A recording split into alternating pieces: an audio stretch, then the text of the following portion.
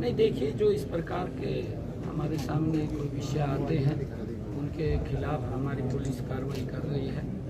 और जो पकड़े गए हैं कि हमारे ही यहाँ देश में रह कर के अपने एक ऐसे पड़ोसी देश, क्योंकि भारत की संस्कृति में, हमारे संस्कारों में, हमारे ऋषियों ने, संतों ने, हमारे गुरुओं ने हमें ये शिक्षा दी है कि हम अपने आप को भी और दूसरे को भी हम स्वस्थ और ठीक रखें, ये हमारे संस्कारों में है।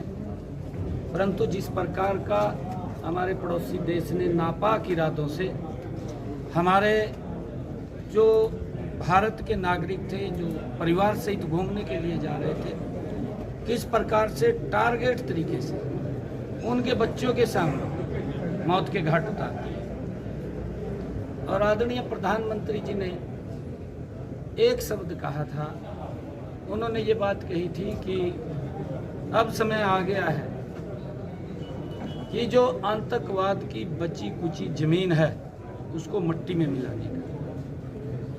और हमारे जांबाज सैनिकों ने उस आतंकवाद की मिट्टी को मात्र 3 घंटे में मिट्टी में मिलाने का काम किया है। और क्योंकि भारत के लोग वो द्वेष भावना नहीं रखते, परंतु अगर इस प्रकार से कोई छेड़ता है उसको छोड़ेंगे भी नहीं। ऐसे कई रेलवे और ब्रिज बन रहे हैं जो काफी समय से पेंडिंग है, काम पूरा नहीं हो पा रहा, चाहे वो मनाना गांव से संबंधित है, चाहे खंडरा गांव है, वहां भी मतलब 2023 में पूरा होना था, अभी तक नहीं हुआ, लोगों को बड़ी परेशानी हो रही है, उसको किस तरह से देखते हैं? नहीं, देखिए, सारे काम गति से पूरे होंगे। हमने कहा है कि हमारी ये तीसरे टर्म की सरकार 3 गुना गति से काम कर रही है। जितने भी काम ये रुके हुए हैं, क्योंकि लगातार 1 वर्ष तक कोड ऑफ कंडक्ट लगा रहा, 12 मार्च को हटा, लगा था 12 मार्च 2024, 12 मार्च 13 मार्च 2025 को वो हटा, 1 साल के बाद हटा। बीच बीच में क्योंकि लोकसभा की आचार संहिता लगी, फिर विधानसभा की आचार संहिता लगी, और फिर हमारे यहाँ पर स्थानीय निकाय की आचार संहिता लगी, लंबा समय हो गया। और अब हमारे पास गति से हम काम करेंगे, हमारी सरकार गति से काम कर रही है, जितने भी काम है सब गति से।